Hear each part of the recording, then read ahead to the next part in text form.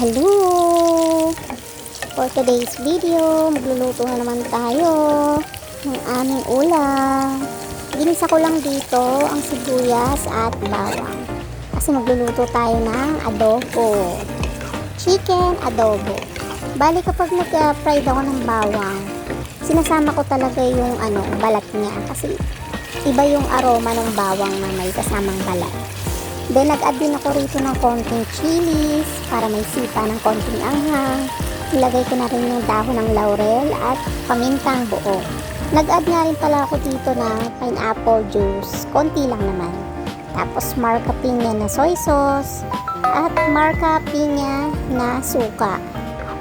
Ayan, pinagalo-halo ko lang sila. Hindi na ako nag-add ng tubig kasi nagtubig na yung chicken kanina habang inaano ko siya.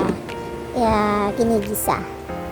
Tinakpan ko lang muna. Dito naman sa kabilang lagayan, yung half nung chicken, ipa-fried ko naman to. Naglagay lang ako rito ng Himalayan salt, pamintang durog, paprika, tapos nag-add na rin pala ako dyan ng konting patis, konting-konti lang. Tapos hinalo-halo ko lang yan siya.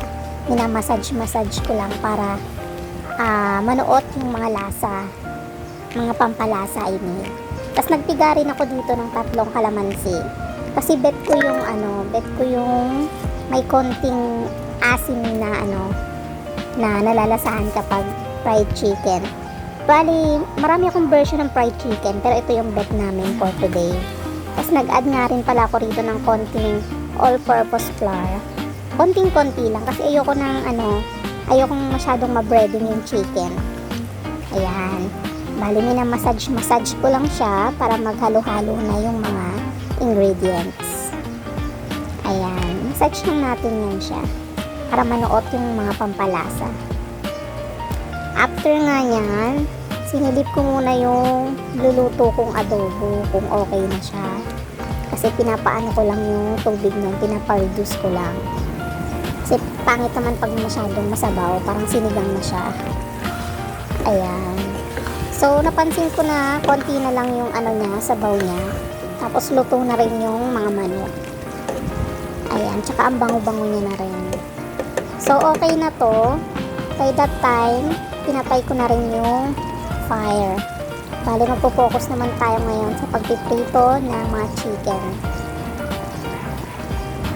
Then, after nyan, sinalin ko na yan siya sa lagayan niya. Ito na nga yung mga chicken kanina. Isa-isa ko na siyang pinagsuswimming. Swimming sila sa mainit na mantika. Mainit na, pinag-swimming pa sa mainit. Grabe naman parusa yan. Aray pa. Yan. Bali, konti lang naman to kasi bumili lang kami ng isang buong chicken.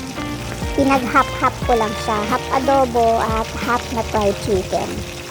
Ganyan lang ako magluto. Simple lang. Walang masyadong maraming arte. Walang masyadong maraming cheche-boreche. Kasi gusto namin yung lasa na simple lang. Kasi pag over naman sa mga pampalasa, over sa mga pampasarap, hindi na siya nagiging masarap. Nagiging OA na siya. Ganun. So, okay na nga rin yung chicken, yung mga fried chicken I mean, kasi parehas naman pala tong chicken.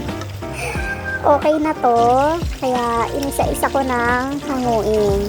O, diba? Mukha lang yan siyang sunog sa video. Pero sa personal, maganda yung kulay niya, light brown. I mean, dark brown pala. Diyos ko po, hindi ko na alam kung ano yung dark at light. Aray na. Ayun na nga yung ating spicy adobo. At ang ating fried chicken na walang breading. Salamat sa panonood. Bye!